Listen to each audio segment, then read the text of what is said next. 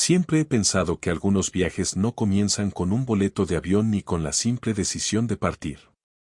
A veces, inician con un detalle pequeño, algo que apenas notamos al principio. En mi caso, todo comenzó con unas cartas. Eran mensajes breves, firmados por alguien que se hacía llamar el segundo piloto. Al principio, los leía con escepticismo. Pensaba que se trataba de una confusión, quizá de alguien jugando con la historia de otros.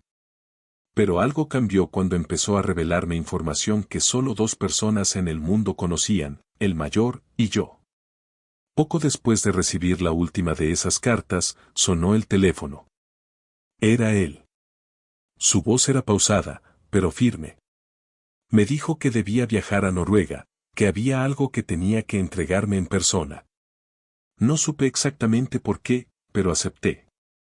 Hablé con Blanca, le expliqué lo poco que entendía y, aunque fue difícil convencerla, aceptó acompañarme. Viajamos junto a un matrimonio amigo, sin saber realmente lo que encontraríamos al llegar. Aquella primera reunión fue discreta. Él me entregó un pequeño pendrive, sin dar muchas explicaciones. Dijo que no era el momento. Y así, regresamos a casa. Pensé que ahí terminaba todo. Pero no fue así. Pasó un tiempo, hasta que volvió a buscarme. Otra llamada. Otra cita, otra vez en Noruega. Blanca no lo entendía.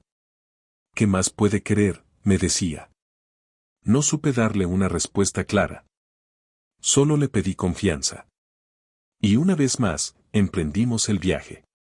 Recuerdo el lugar con precisión. Una cascada impresionante caía a pocos metros de nosotros cuando él me entregó un segundo pendrive. Esta vez, el archivo llevaba un nombre que no olvidaré, Rayo Negro. Su contenido era desconcertante. Relataba episodios de la vida de Jesús de Nazaret, momentos que jamás había leído en los evangelios ni en ningún texto conocido. Hablaba de sus viajes antes de la vida pública, cruzando tierras del Mediterráneo y Asia, viviendo de incógnito, sin intención alguna de fundar religión ni iglesia alguna. Uno de los aspectos que más me impactó fue descubrir que la célebre frase atribuida a Jesús, «Tú eres Pedro y sobre esta piedra edificaré mi iglesia», nunca fue pronunciada por él. Aquella expresión fue insertada décadas después, en un intento por justificar la estructura de una iglesia que entonces apenas se estaba formando. Además, la palabra iglesia que aparece en los evangelios está escrita en griego. Jesús, sin embargo, hablaba arameo, y jamás usó tal término. Desde entonces, celebro el nacimiento de Jesús en agosto. Según los datos que obtuve, nació en la estación seca, algo que encaja mejor con la tradición pastoril de Belén. La fecha del 24 de diciembre fue elegida en el siglo IV para suplantar las Saturnales, festividades paganas que celebraban el triunfo del sol después del solsticio de invierno. Durante esas celebraciones, los pueblos iluminaban templos, intercambiaban regalos y se reunían en grandes banquetes. La Iglesia, en su afán de borrar costumbres paganas, decidió superponer la festividad del nacimiento de Jesús en esa misma fecha. Y sin embargo, la verdadera historia es distinta. En invierno, ningún pastor dejaba su rebaño al descampado en Belén. Los viajes de esa época, como el que emprendió José con María, solo se realizaban en verano, durante la estación seca. En mis investigaciones, también encontré relatos acerca de la sorprendente capacidad de sanación de Jesús. En una aldea llamada Dan, se reunieron cerca de 680 personas en busca de cura. Él se encontraba hospedado en un serón y, conmovido por la multitud, extendió sus manos. Aquel día, se dice, ocurrió una curación colectiva. Muchas de estas historias no figuran en los evangelios, pero han sido transmitidas por generaciones, reforzando la imagen de Jesús como un sanador que atraía a multitudes. Entre los relatos que más han sido discutidos está el famoso episodio en el que Jesús camina sobre las aguas del mar de Tiberíades.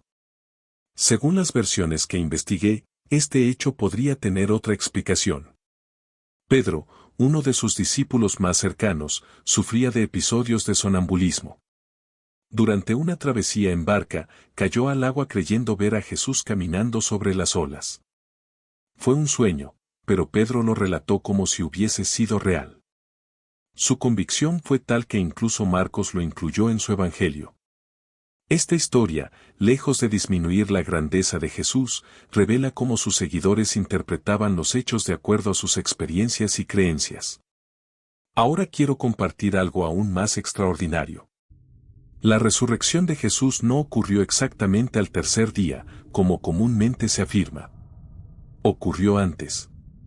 Fue al segundo día cuando se presentó vivo, demostrando que tenía poder sobre la vida y la muerte. Después de su resurrección, según los registros que obtuve, Jesús se apareció en 19 ocasiones en lugares muy distintos, desde Alejandría en Egipto hasta Tiro, en el actual Líbano.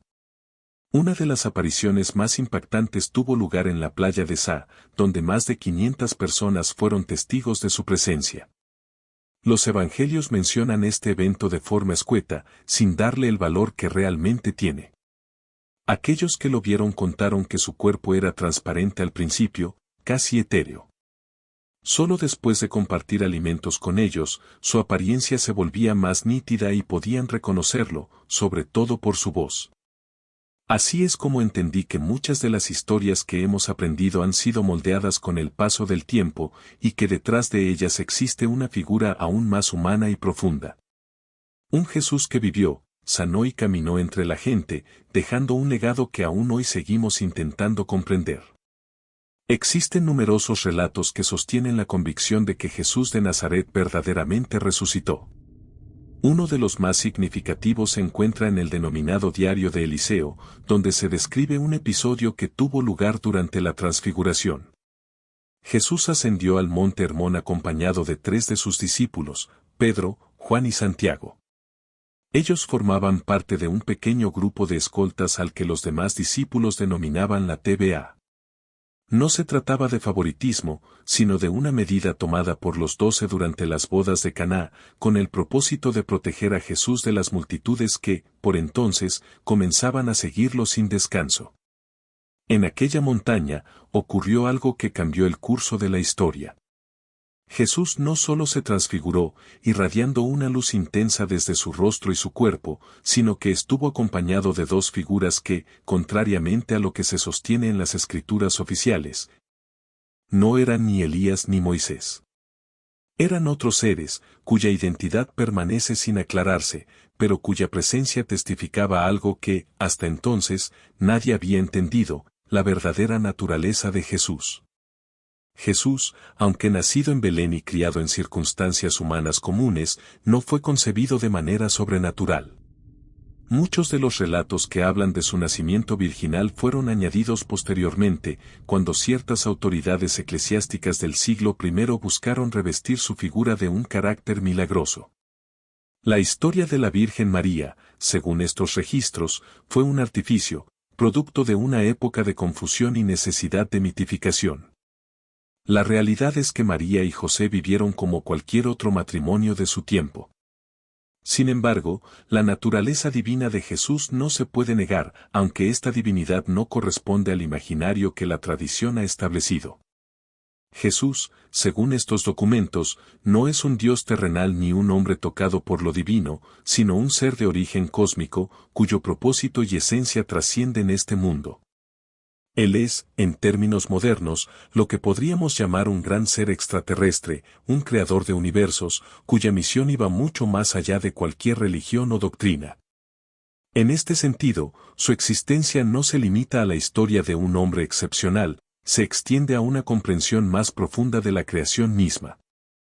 Las teorías actuales, como el Big Bang, explican el origen de un universo local, quizás el nuestro, o tal vez el de una galaxia específica. Pero Jesús hablaba de algo mucho más vasto. En una ocasión, según el diario, trazó sobre la Tierra 7 círculos concéntricos, con uno más pequeño en el centro. Era su manera de enseñar que existen 7 superuniversos, de los cuales el nuestro es solo uno.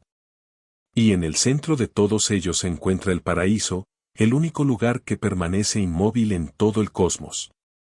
Alcanzar ese punto central implica un viaje a través de numerosos universos, una travesía que va más allá de los límites de la comprensión humana actual.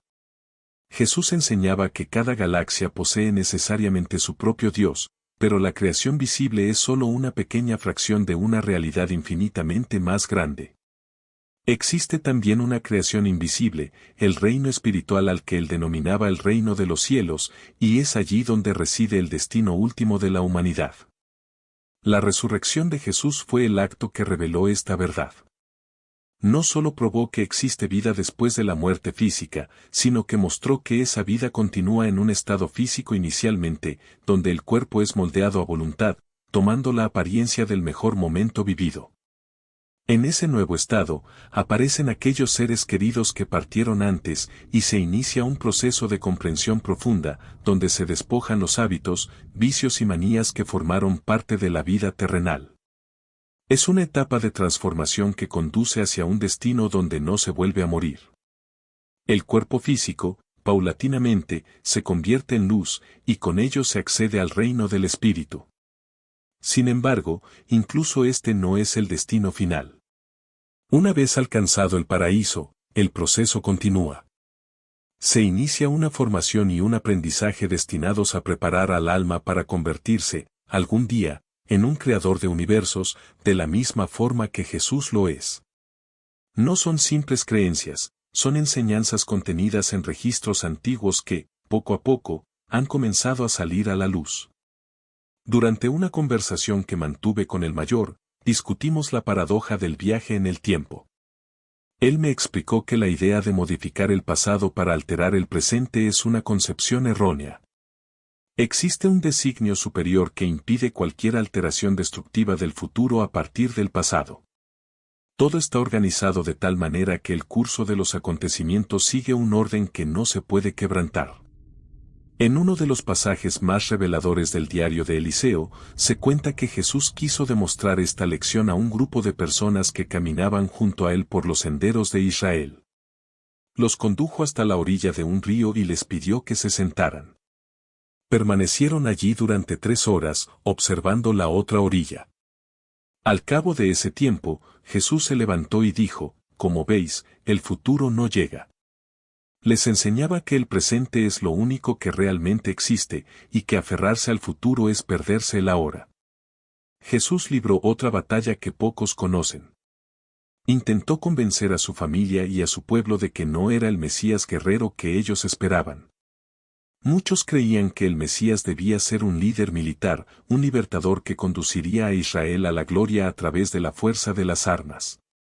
Jesús luchó incansablemente por deshacer esa idea.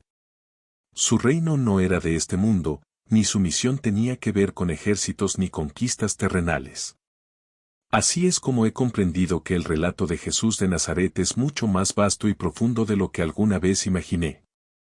Su historia no termina en la cruz ni en la tumba vacía.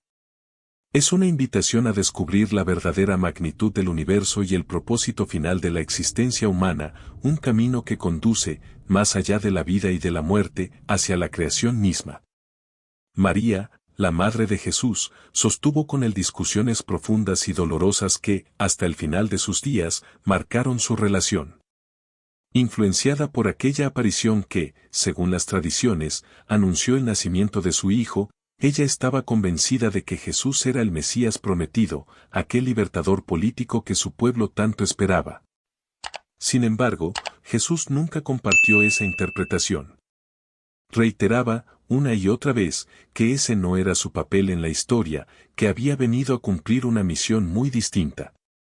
Y aunque los evangelios no registran con detalle este desencuentro, los relatos que he podido estudiar describen cómo esta diferencia de visión fue creciendo hasta convertirse en un distanciamiento inevitable.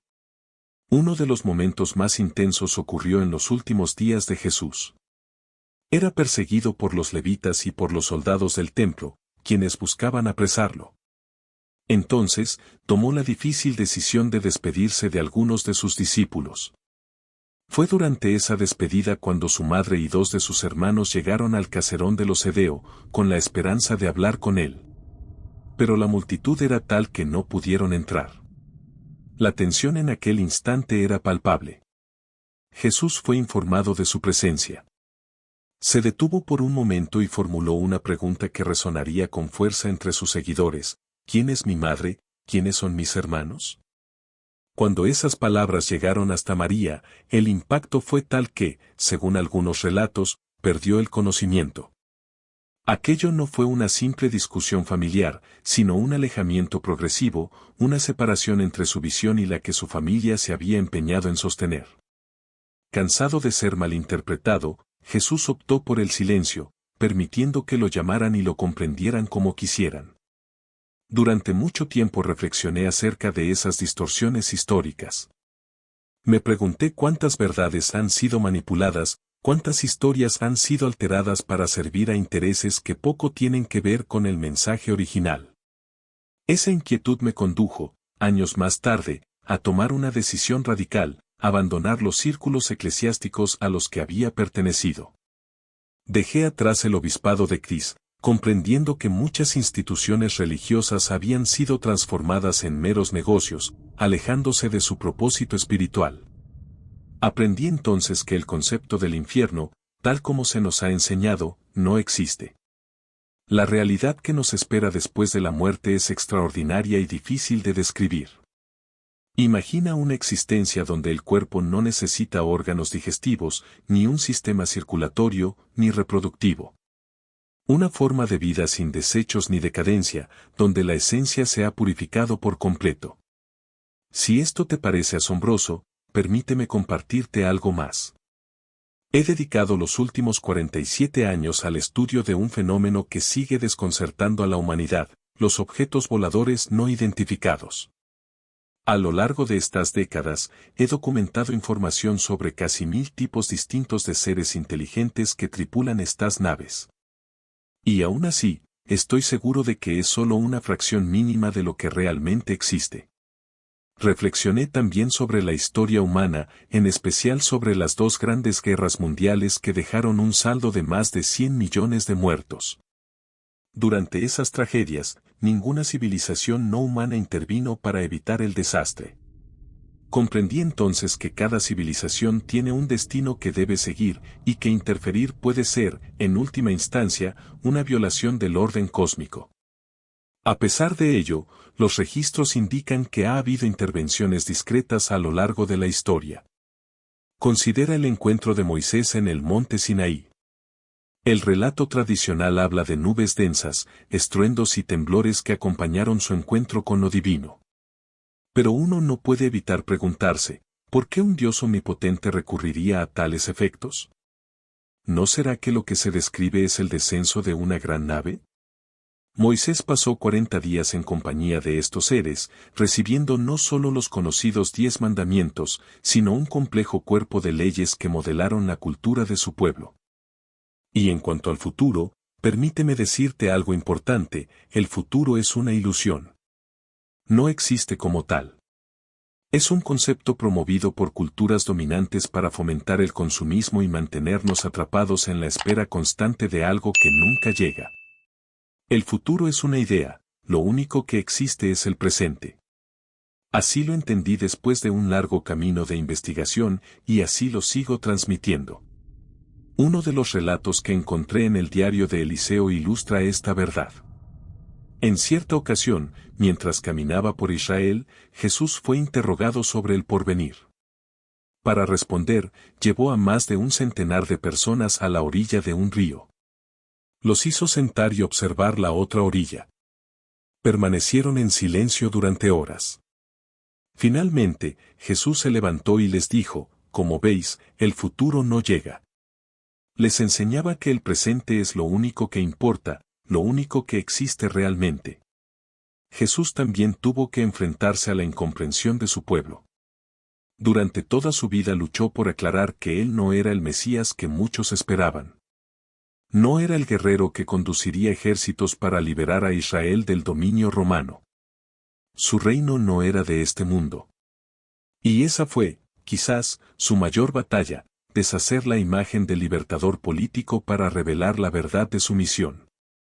Hoy, después de tantos años de estudio y búsqueda, puedo decir con certeza que Jesús es mucho más que una figura religiosa o histórica. Es un símbolo del explorador incansable, del buscador de verdades que existen más allá de las fronteras de lo conocido. No fundó una iglesia. No buscó crear una institución.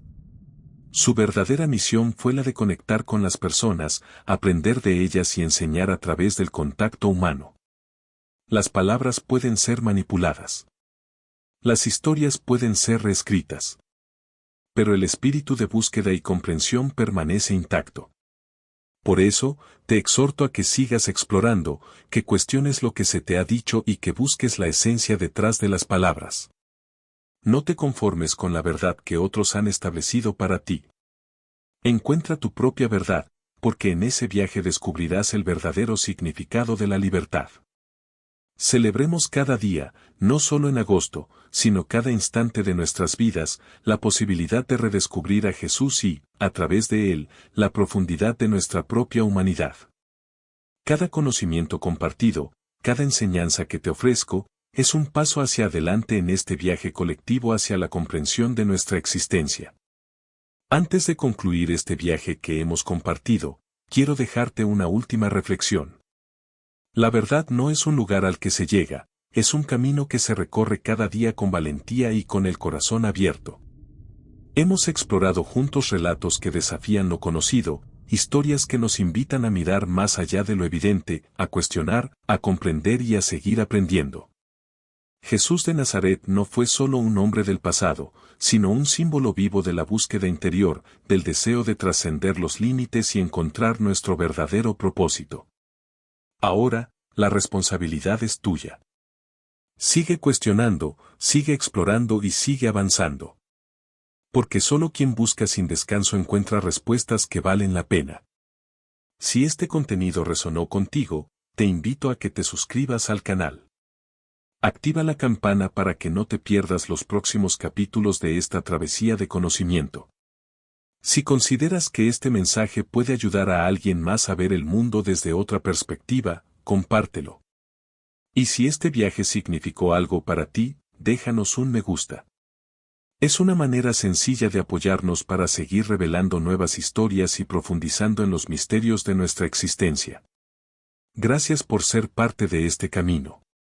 Nos reencontraremos pronto, en la próxima búsqueda de la verdad.